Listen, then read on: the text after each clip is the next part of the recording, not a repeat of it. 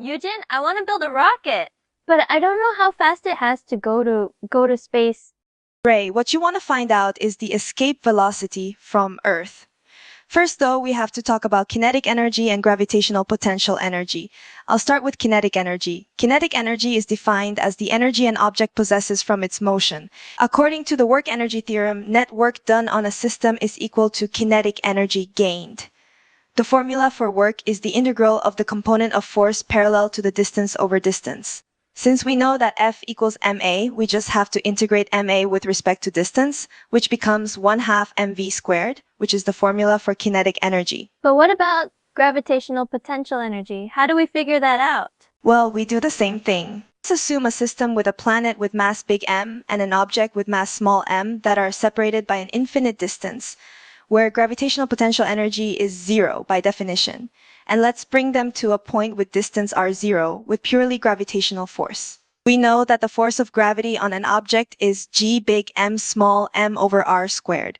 We also know that our distance vector from the planet to the object is always 180 degrees rotated from the force vector acting on the object, so the cross product is negative magnitudes.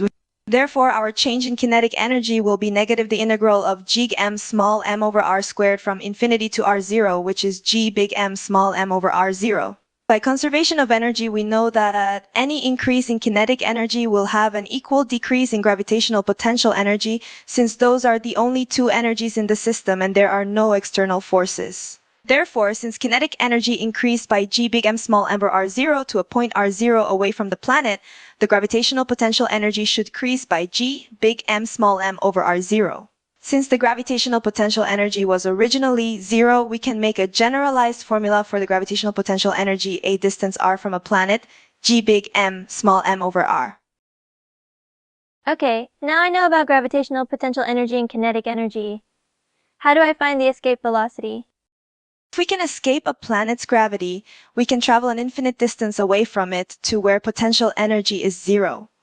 The minimum starting velocity will result in our kinetic energy being zero at that point, so all we have to do is set the sum of kinetic energy and potential energy to zero. This results in our minimum possible velocity being the square root of 2g big M over r.